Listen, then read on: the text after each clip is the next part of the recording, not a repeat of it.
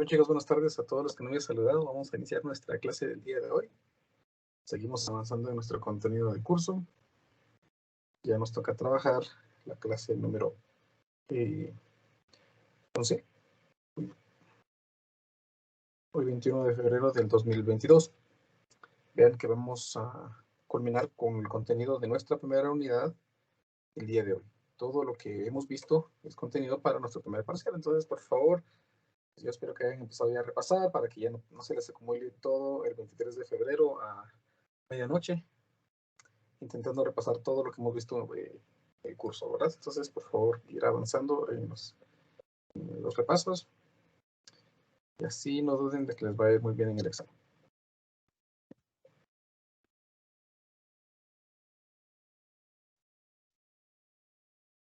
Recuerden que habíamos estado trabajando con la ley de Gauss, ¿no? Y vimos cómo la ley de Gauss se puede utilizar para poder determinar cargas o campos eléctricos, también distribuciones de carga continua, que fue el último tema que trabajamos aquí. Vamos a ver ahora cómo se aplica la ley de Gauss cuando nosotros tenemos conductores con carga. Entonces, hoy 21 de febrero del 2022, veremos entonces la ley de Gauss en conductores. Debemos recordar que cuando estuvimos viendo la primera clase y vimos los tipos de materiales, recordarán que aprendimos que los conductores tienen aquella característica de que la carga se puede mover libremente entre ellos debido a sus electrones libres que tienen.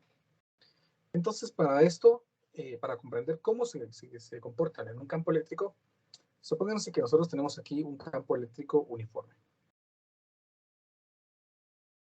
Apuntando, en este caso, de izquierda a derecha.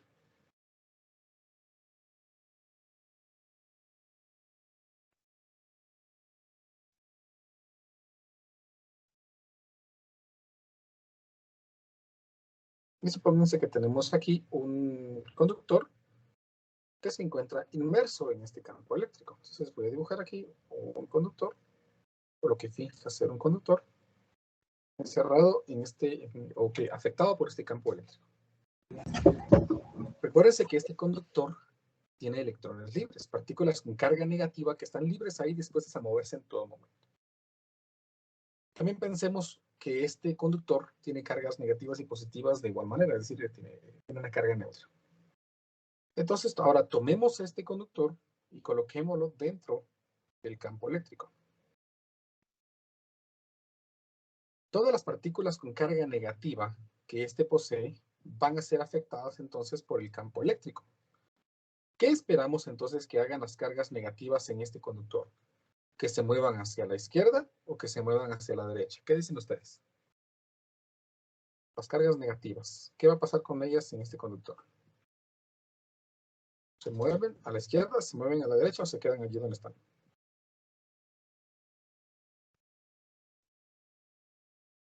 ¿Alguien? El campo eléctrico es positivo, ¿verdad? Sí. No estoy seguro, creo que se moverían hacia la derecha junto con el campo eléctrico. No. Muy bien, es una opción. Se moverían a la derecha. Tal vez hacia la derecha, Inge. Hacia la derecha. Yo digo que se mueven a la izquierda. A la izquierda, dice Daniel. ¿Qué dicen los demás?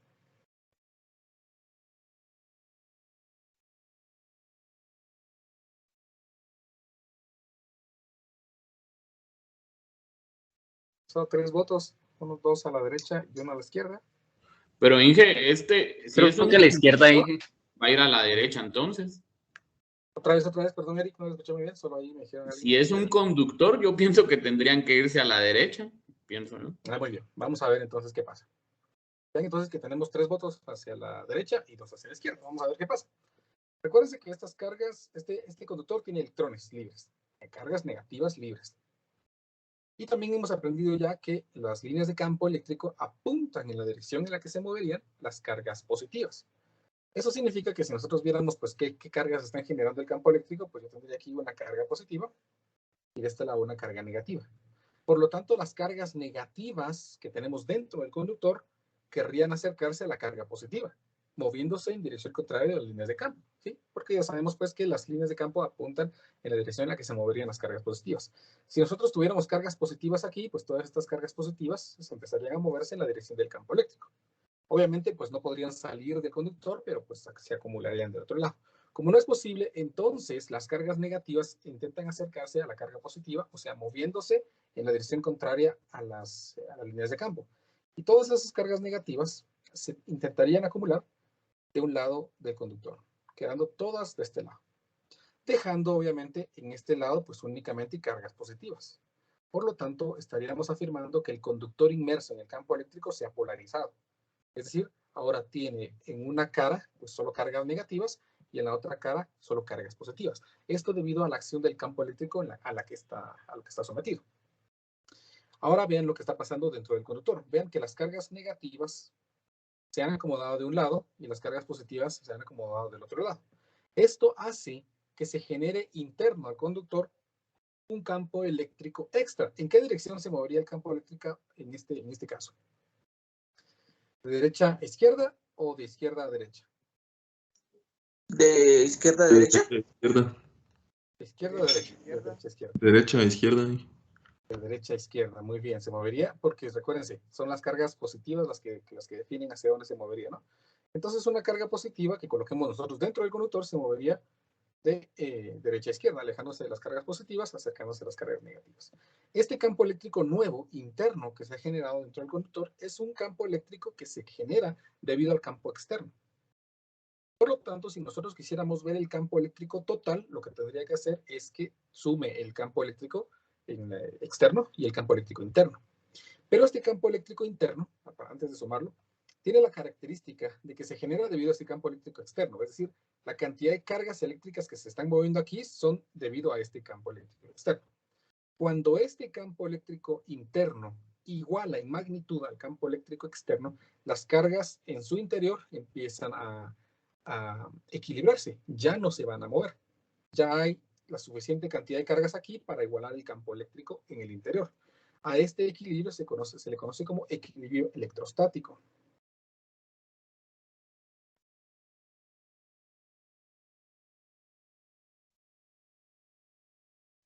De tal manera entonces que yo tengo la seguridad de que la magnitud de este campo eléctrico tiene que ser igual a esta magnitud. Si no lo es, entonces siguen acumulándose más cargas negativas aquí. Y no pueden acumularse más porque si no estaríamos sobrepasando el campo eléctrico y empezaría a verse en la otra dirección, lo cual puede ser posible. Eso significa que el campo eléctrico total estaría al sumar el campo eléctrico interno y el campo eléctrico externo. Como tienen la misma magnitud, yo tengo la seguridad entonces que el campo eléctrico neto en el interior del conductor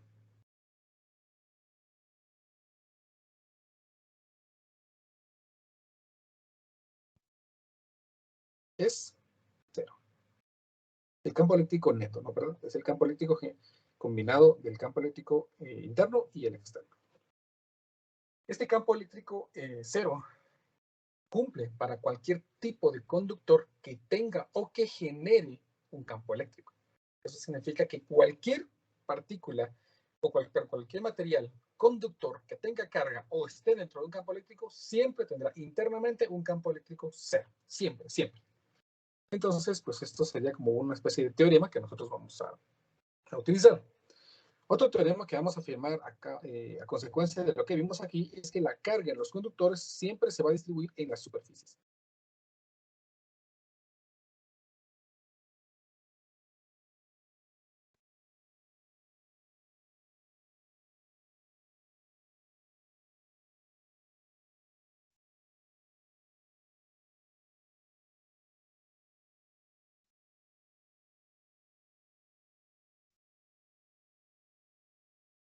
Siempre en las superficies, ¿sí?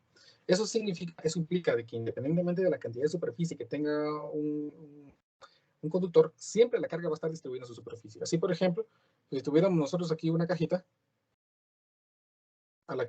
una cajita conductora a la que le asignamos cierta cantidad de carga, entonces toda la carga se va a distribuir en sus 6 caras. ¿Y qué pasaría si pues, se nos ocurre hacerle un agujero a esto? Pues, si nos ocurre hacerle un agujero, entonces pues tendría más caras y toda la carga distribuida en todas las caras, ¿sí? Inclusive en la cara interna de esta perforación que nosotros veríamos, ¿sí? Entonces la carga estaría distribuida en esta cara, en esta cara, en esta cara, en la cara inferior, en la cara trasera, en la cara otra trasera, y también en esta superficie del cilindro que nosotros hemos creado ahí adentro. Siempre, siempre esta carga distribuida en toda la superficie. A consecuencia de esto, pues nosotros podemos relacionar algo aplicando la ley de Gauss en un conductor. Supónganse que nosotros tenemos aquí un conductor cualquiera, de cualquier forma, al que le hemos asignado una carga total. Y necesitamos determinar cuál es el campo eléctrico en su superficie. De esto, entonces, lo que vamos a hacer es dividir este sólido en pequeños segmentos de área. Aquí, entonces, tengo un diferencial de área superficial, tan pequeño como sea posible. Como la carga está distribuida en su superficie, pues está generando un campo eléctrico, ya sea entrante o saliente, dirigido hacia afuera, ¿verdad? Y por lo tanto, el vector normal o perpendicular a su superficie, pues estaría apuntando también hacia afuera, ¿no? Eso significa que el ángulo formado entre el campo y el vector normal, pues en este caso vale 0. Recordemos lo que sabemos ahorita de la ley de Gauss.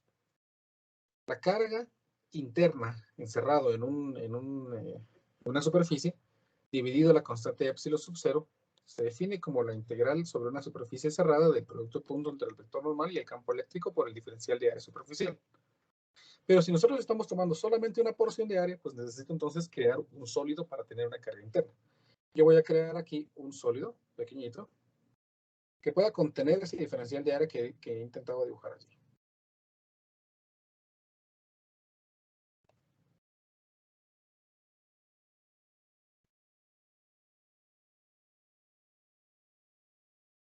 Esta pequeña caja que he creado ahí, pues ya tiene una carga adentro. ¿Cuál es la carga? Pues la porción de carga que tenga esta superficie, que voy a llamar diferencial de carga, dividido la constante epsilon sub 0. Esto estaría dando entonces el producto del campo eléctrico por el diferencial de área superficial. Vean que eliminé el coseno del ángulo y todo, porque pues ya sé que el ángulo es 0, ¿no? Entonces el coseno del ángulo es 1. Entonces me queda esta expresión. Si nosotros despejamos aquí el campo eléctrico, me quedaría que el campo eléctrico quedaría definido como el diferencial de carga dividido epsilon sub 0 por el diferencial de área superficial. Pero nosotros recordamos que la expresión carga dividido área superficial es un tipo de densidad que aprendimos, a ver si encuentro dónde trabajamos eso.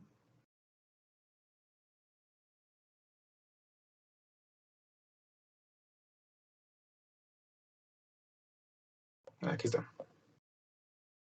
Cuando hay una distribución de carga superficial, lo que estoy dividiendo es la carga entre área. Y a eso se le conoce como densidad de carga superficial y se representa con la letra sigma minúscula. Entonces, en este caso, yo podría escribir aquí, si me regreso rápido a donde estaba, que esta expresión representa la densidad de carga. Por lo tanto, el campo eléctrico sobre la superficie de un conductor con carga queda definido como la densidad de carga dividido epsilon sub 0. Entonces, escribo aquí campo eléctrico en la superficie de un conductor con carga. ¿Sí?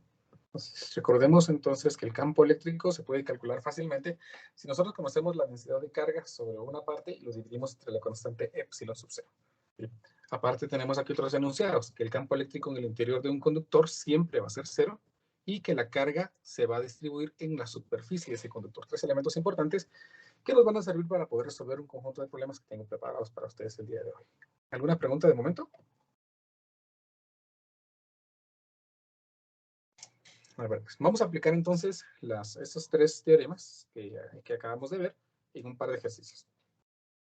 Entonces veamos nuestro ejemplo número 1.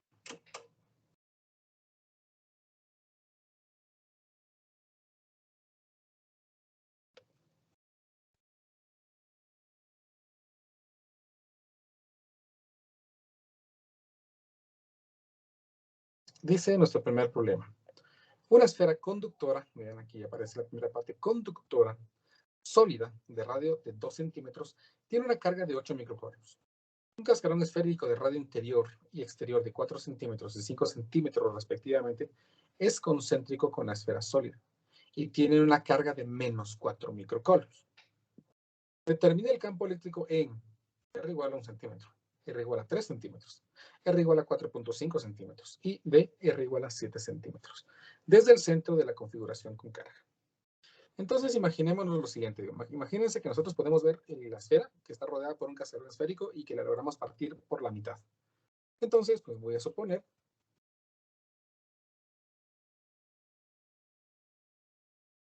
que este círculo representa la cara que hemos cortado de la esfera. Vamos a ver. Luego el cascarón esférico.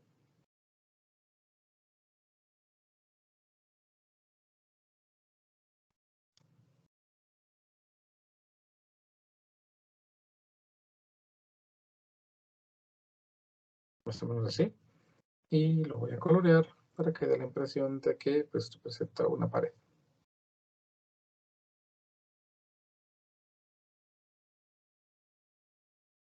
Ahí está. Entonces, supónganse que esta es la esfera, ¿verdad? Y este es el cascarón esférico que lo está rodeando. Según lo que indica el problema, a la esfera se le dio una carga de 8 microcoulombs. Entonces, aquí colocaré que tiene una carga de 8 microcoulombs y tiene un radio de 2 centímetros. El cascarón esférico tiene una carga de menos 4 microcoulombs y radios de 4 y 5 centímetros. Entonces, yo sé que esto tiene menos 4 microcoulombs y tiene un radio exterior de 5 centímetros y un radio interior de 4 centímetros. Primero, el problema necesita que nosotros calculemos el campo eléctrico a una distancia R de 1 centímetro. Sí, 1 centímetro. Por lo que entonces voy a utilizar la ley de Gauss. Necesitamos entonces crear una superficie que esté exactamente a 1 centímetro del radio. Por lo tanto, pues aquí voy a crear una esfera que contenga cierta cantidad de carga. Vean de que esta esfera quedó adentro de esta esfera de aquí, ¿verdad? Esa es una esfera, ¿verdad? Solo estoy viendo la mitad. Entonces, según la ley de Gauss, la carga interna dividido epsilon sub 0 es igual a la integral de superficie cerrada del producto vectorial entre el vector normal y el campo eléctrico por el diferencial de área superficial. Ahí está. Si hay carga, existe campo. Si hay campo, existe carga. Como el problema quiere que determine yo la carga encerrada por el campo eléctrico en este punto, entonces necesito la carga encerrada por esta esfera. Sin embargo, recordemos que el primer teorema que vimos hoy nos dice que la carga interna, el campo eléctrico, perdón, en un conductor siempre va a ser 0. Por lo tanto, si nosotros estamos dentro de un conductor, porque el problema me indica que esta es una esfera conductora, tengo la seguridad de que el campo eléctrico encerrada en esta esfera ficticia que estoy usando, pues tiene que ser 0. Entonces, ¿para qué me hago bolas haciendo cálculos? Si tengo la seguridad de que por ser una esfera conductora, su campo interno, el campo interno siempre va a ser 0. Cuando el radio sea 1 centímetro. Ahí tenemos entonces nuestra primera respuesta. No utilicé la ecuación, únicamente utilicé el concepto. El campo eléctrico dentro de un conductor debe ser 0. ¿Me explico?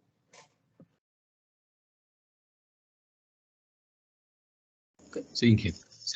Muy bien, muchas gracias. Hagamos entonces el inciso B, que me pide un radio de 3 centímetros. Entonces, 3 centímetros. ¿Qué hago?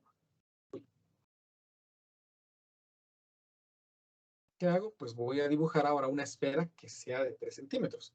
Esta es de 2. Esta es un poquito más grande porque esta es de 4, ¿no? Entonces va a ser una esfera que más o menos esté a la mitad. Aquí voy a dibujar una esfera que encierre cierta cantidad de carga para generar un campo. Observen que la única carga que está encerrando esta esfera, pues es la carga de 8 microcoulombs. Entonces sí hay carga encerrada y por lo tanto esperamos que sí haya campo.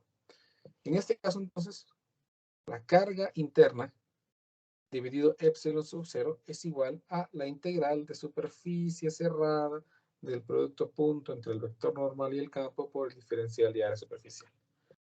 Como la carga está distribuida de forma esférica y nosotros estamos dibujando una esfera que encierra a esa pequeña esfera, entonces yo tengo la seguridad de que se cumplen las condiciones de que el campo eléctrico y el vector normal siempre apuntan en una misma dirección. El ángulo, siempre son paralelos. También de que tengo la seguridad de que el campo eléctrico va a tener la misma magnitud, va a ser constante, y que la área superficial es de fácil cálculo. Por lo tanto, me queda que la carga interna dividido epsilon sub 0 se transformaría a la magnitud del campo por el área superficial. Recuerden que aquí siempre es magnitud, entonces aquí utilizamos pues magnitud de carga también, ¿verdad? Esto implica entonces que el campo eléctrico estaría dado por la carga interna dividido la constante epsilon sub 0 por el área superficial. La carga, pues como vimos, una esfera de 3 centímetros encerraría únicamente la carga de 8 microcoulombs. Entonces yo voy a escribir aquí 8 microcoulombs. Dividido la constante de epsilon sub 0 por el área. Como es una esfera de radio de 3 centímetros, su área superficial sería 4pi por 3 centímetros al cuadrado. Y con esto podemos aproximar entonces el valor, la magnitud del campo eléctrico. Entonces aquí me quedaría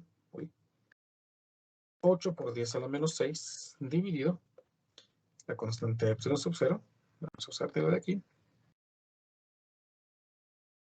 Por 4 por pi por 3 por 10 a la menos 2. Vean que estoy usando el prefijo centi al cuadrado. Y esto me da pues ese valor, que es de 79.9 casi. 79.9 por 10 a la 6 newtons sobre coulomb. Y así, pues hemos resuelto nuestro problema. Por lo menos en el inciso B. ¿Estamos? Ahora, vamos con el inciso C. Bueno, solo que aquí el problema me pide el campo eléctrico, no la magnitud. Yo he calculado aquí la magnitud, pero pues puedo calcular fácilmente la dirección sabiendo qué tipo de carga se está encerrando dentro del conductor, dentro de la superficie gaussiana. ¿Qué tipo de carga estamos encerrando en esa superficie gaussiana? ¿Positiva o negativa? Pues positiva. Positiva. Excelente. Entonces las líneas de campo eléctrico nosotros esperaríamos pues que sean hacia afuera, ¿no? Entonces el campo eléctrico nosotros podríamos afirmar que es de 79.9 por 10 a la 6 radialmente hacia afuera.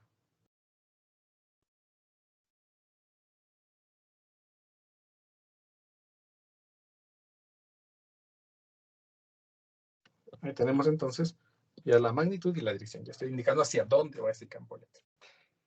Ahora sí, ya me estaba comiendo la dirección. Vamos con el inciso C, que me pide ahora que determine el campo eléctrico a una distancia de 4.5 centímetros. Entonces observen que tenemos aquí 4. Por lo tanto, 4.5 centímetros quedaríamos nuevamente dentro de un conductor. ¿Y cuánto es la magnitud del campo eléctrico dentro de un conductor? 0.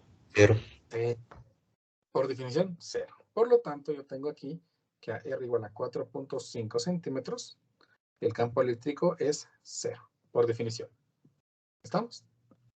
Finalmente, el inciso D, que me dice que calcule a un radio de 7 centímetros. Entonces, 7 centímetros me va a decir que necesito crear una esfera que contenga a todo el sistema a 7 centímetros. Pues 7 centímetros es más que 5, ¿no? Entonces, veamos. ¿Cuánto es la carga que tengo encerrada en esta esfera de color rojo fosforescente que dibujo aquí? 4 microcoulombs. 4 microcoulombs, porque es la suma de menos 4 y 8, ¿no? Menos 4 y 8 son 4. Por ser 4, entonces todas las cargas positivas pues querrían irse hacia afuera. Entonces ya tengo la dirección, ¿no? Todo el campo eléctrico está apuntando hacia afuera. Por lo tanto, entonces aquí, por ser una esfera, he cumplido en informes las condiciones para poder evitar la integral, y me quedaría que la carga interna dividido epsilon sub 0 es igual al campo multiplicado por el área superficial. De esto entonces el campo estaría dado por la carga interna dividido epsilon por el área superficial. Uy, eso no es epsilon. Ahora sí. La carga interna, muy bien me dijeron ustedes ahorita que es 4 microcoulombs dividido la constante epsilon sub 0 por el área. Como estamos usando una esfera de 7 centímetros, Entonces aquí me quedaría 4pi por 7 centímetros al cuadrado. Con eso entonces podremos aproximar el valor del campo eléctrico. Entonces aquí me queda 4 por 10 a la menos 6 dividido la constante epsilon sub 0 por 4 por pi por 7 por 10 a la menos 2 al cuadrado. Y ahí tengo entonces mi campo eléctrico, que es de 7.3 por 10 a la 6. Newtons sobre Coulomb. Y así entonces hemos resuelto el problema, todo el problema. ¿Estamos? ¿Se comprende? Dije, perdone, Dígame. es que se me entrecortó un poquito y entonces no alcancé a escuchar por qué el de 4.5 queda 0. Porque estamos hablando de que el radio interno es 4 centímetros y este es 5 centímetros. Entonces, cuando nosotros dibujemos una esfera aquí, esa esfera queda exactamente dentro del conductor. Y por lo tanto, según por la definición, el campo eléctrico dentro del conductor siempre es 0. Por lo tanto, les puedo asegurar que el campo eléctrico aquí es 0, dado de que esta distancia está dentro del conductor. Vaya, gracias, Inge. Muy bien. Estamos usando las definiciones que vimos al principio de clase. Hagamos un segundo ejemplo.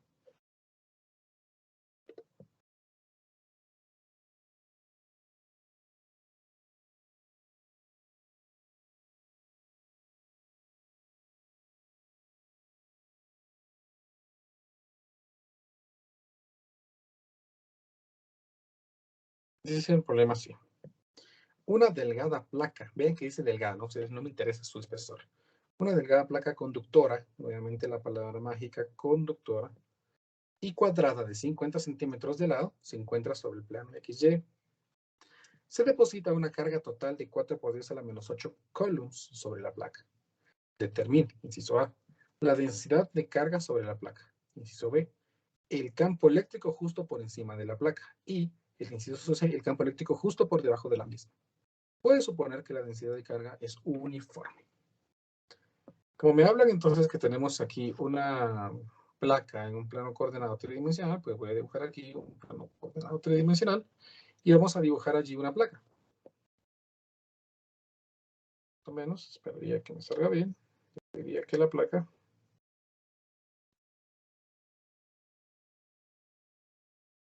sería así, más o menos, ¿no?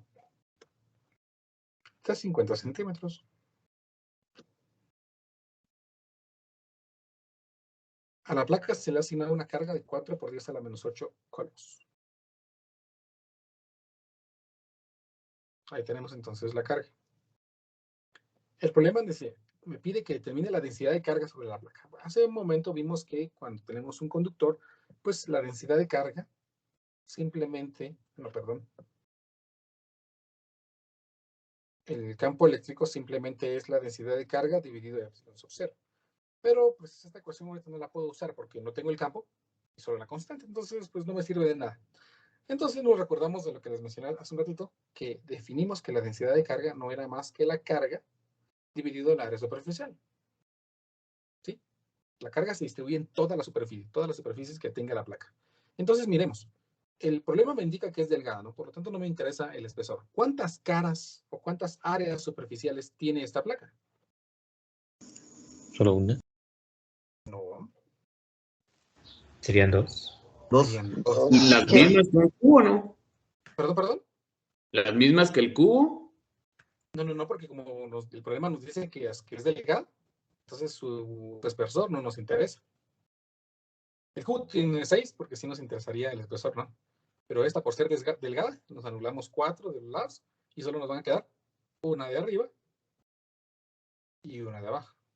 Entonces tenemos dos áreas. Entonces la carga se distribuyó en esta superficie de arriba y en la superficie de abajo. En este caso, entonces, la carga, que son los 4 por 10 a la menos 8 coulombs, dividido el área superficial, que sería 2 veces por 0.5 metros al cuadrado. Este 2 es porque tenemos dos caras, una arriba y una abajo. Entonces, pues determinemos cuánto es este valor. Aquí me quedaría 4 por 10 a la menos 8 dividido 2 por 0.5 al cuadrado. Y esto me da 80 por 10 a la menos 9. 80 nanocoulombs sobre metros al cuadrado. Ahí tenemos entonces la densidad de carga. Bien fácil, ¿verdad? Tomando en cuenta de que tenemos dos caras, porque es una lámina delgada, ¿no? No nos interesa su espesor. El inciso B me pide que determine el campo eléctrico justo por encima de la placa. Ve que me pide el campo eléctrico, así como antes, ¿no? No solo magnitud. Entonces tengo que dar la magnitud y la dirección. Entonces, para el inciso B, vamos a poner aquí que es inciso A, inciso B, pues ahora sí utilizo la ecuación que acabo de aprender. El campo eléctrico es igual a densidad dividido epsilon sub 0. En este caso, pues serían los 80 nanocoulombs sobre metro al cuadrado dividido la constante epsilon sub 0. Aproximemos el campo eléctrico. Aquí con esto obtengo la magnitud. Entonces, esto dividido la constante epsilon sub 0. Y esto me da de 9.03, 9.04 por 10 a la 3 newtons. Ahí tenemos entonces la magnitud del campo eléctrico. Pero ahora veamos la dirección. La dirección es bien fácil. ¿Por qué la dirección es fácil? Porque lo único que tengo que hacer es suponer que tenemos una carga positiva aquí y ver hacia dónde se va a mover. ¿Hacia dónde creen que se va a mover esta carga positiva? ¿Hacia arriba, abajo, izquierda, derecha, adelante o atrás? Hacia arriba. Hacia arriba, muy bien. Inevitablemente hacia arriba. Entonces, pues como hacia arriba, como no la debía, ¿no? Pero X, Y, Z. Yo tengo la seguridad que va a ser hacia Z positivo, ¿no?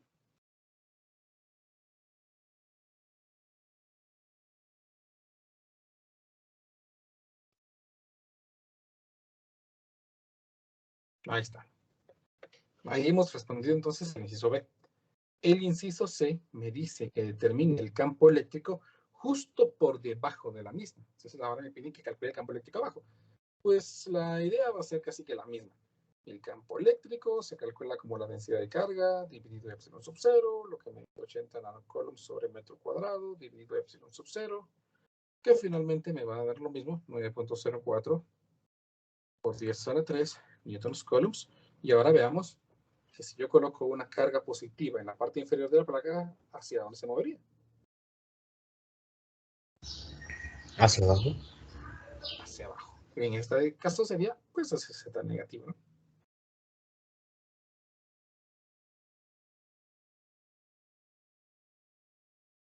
Y así tendríamos entonces nuestra respuesta, las respuestas para este problema.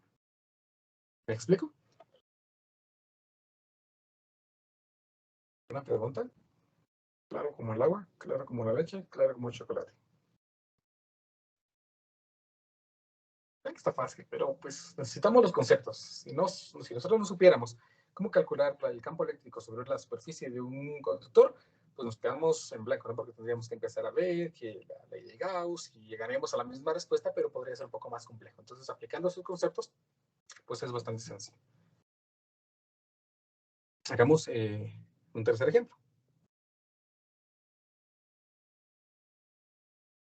Con esto estamos concluyendo el contenido para nuestro primer parcial. Recuérdense. El parcial se va a realizar el día de laboratorio, en el horario de laboratorio, es decir, a las 17:50, en este mismo Teams. Aprovechando para el laboratorio, ahora que lo menciono, les he dejado un video en el Classroom de laboratorio para que puedan modificar la raqueta matamosquitos a aquellas personas que no la compraron con Josué o con David, como le digan. Si la compraron con él, pues ya se les da modificada. Entonces, pues solo hay que esperar la práctica de mañana. Si no, por favor, pues hay que ir a modificarla porque mañana es indispensable y obligatorio que tengamos la raqueta modificada. A ver, pues, ¿por qué le puse ejemplo 1? Si es el ejemplo 3. Entonces, nuestro problema dice así. Un alambre largo y recto rodeado por un cilindro de metal, hueco, vean, un cilindro de metal, o sea, conductor, hueco cuyo eje coincide con el suyo, con el del alambre, no con el de ustedes, tiene una carga por unidad de longitud lambda. Y el cilindro una carga neta por unidad de longitud 2 lambda. Con esta información utilice la ley de Gauss para determinar, inciso A, la carga por unidad de longitud sobre la superficie interna del cilindro. La carga sobre la superficie interna del cilindro. Vamos a ver bien eso. Luego el inciso B me dice la carga por unidad de longitud sobre la superficie externa. La carga, dice. Y el campo eléctrico exterior al cilindro a una distancia R de su eje. Muy bien, entonces veamos lo siguiente. Supongamos que tenemos aquí un cable, según lo que dice el problema, un alambre largo y recto. No me dice de qué longitud, pues vamos a suponer que es pues, simplemente largo. Lo vamos a dibujar por aquí. Según lo que el problema dice que se rodea por un cilindro de metal, que es vacío, como que fuera un tubo. Tampoco me dan radios, ¿no? Entonces, pues voy a suponer.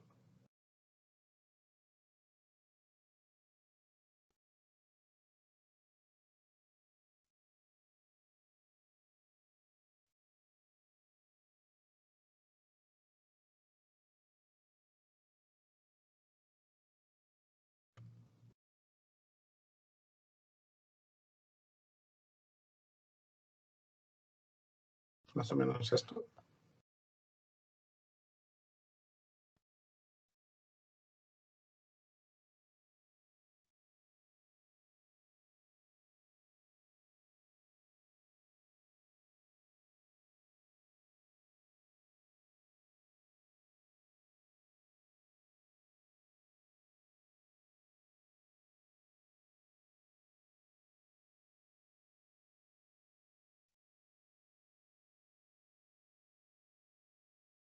Más o menos así, ¿no?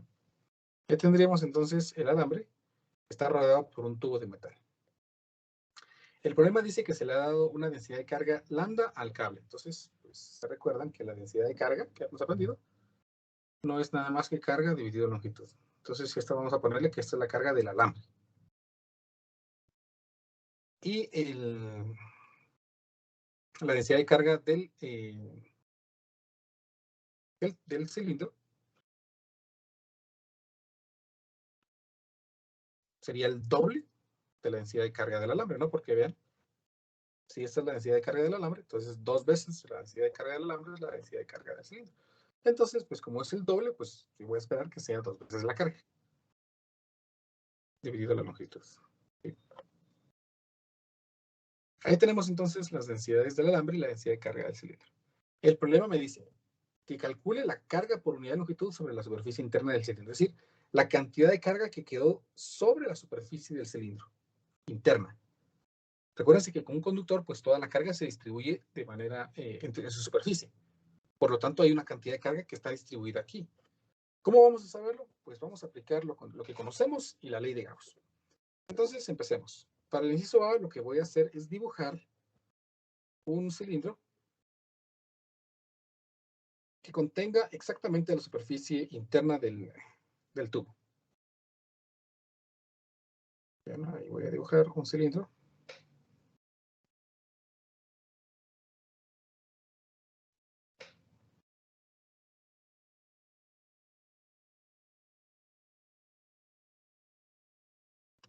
Que contiene a la superficie interna del tubo. Ahí está. Por ser esto un tubo de metal, nosotros vamos a calcular el campo eléctrico en esta superficie. Pero como estamos dentro del tubo, nosotros por definición sabemos que el campo eléctrico va a ser cero. Eso significa que cuando yo quiera aplicar la ley de Gauss, pues que la carga interna dividido epsilon sub 0 tiene que ser igual a la integral de superficie cerrada del campo eléctrico por el vector n por el diferencial de área superficial. Dado de que estamos dentro del conductor, sobre esta superficie naranja, entonces el campo eléctrico es cero. Y al ser cero, pues toda esta integral pues, se nos hace cero. Por lo tanto, tengo la seguridad de que la carga interna en ese cilindro pues debe ser cero, ¿verdad? Esta al pasar a multiplicar pues se anula. Entonces la carga interna total en ese cilindro es cero. ¿Qué cargas tiene contenidas en ese cilindro? El color naranja, pues va a contener la carga total del alambre, ¿verdad? Y va a contener la carga total de la superficie interna del cilindro. Entonces voy a poner aquí que la carga del alambre más la carga interna, vamos a ponerle aquí, tiene que ser cero, porque esa es la carga interna del cilindro naranja. Tal vez vamos a poner aquí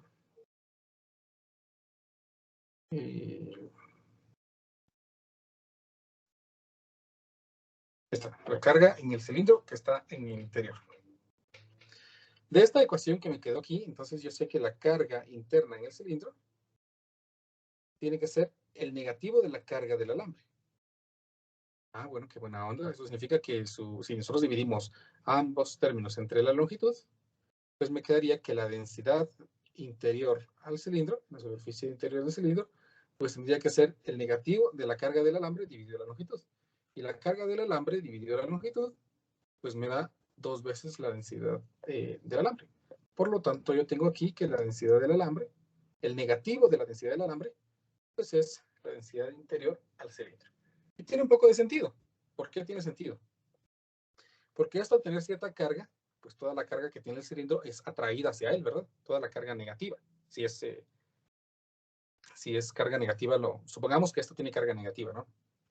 Entonces todas las cargas negativas se alejan ante la pared, dejando únicamente cargas positivas aquí. ¿Cuánta carga positiva? Pues la suficiente que sea atraída por este. Y tiene sentido pues que sea de la misma cantidad, solo que de signo contrario. Entonces por eso es que tenemos aquí nuestra densidad, que es el negativo de la densidad de la carga del alambre. El inciso B me pide ahora que tenemos la carga por unidad de longitud sobre la superficie externa del cilindro. Eso está más fácil. Porque si queremos calcular la carga en la superficie exterior del cilindro, entonces voy a poner aquí que queremos calcular la carga exterior en el cilindro, pues eso sería únicamente la carga total que tenía asignado el cilindro, menos la porción de carga que está en su interior, ¿verdad? Así yo ya sé qué carga queda en el exterior, es una resta. Entonces la carga exterior en el cilindro estaría dada por la carga total menos la carga que ya está en el interior del cilindro.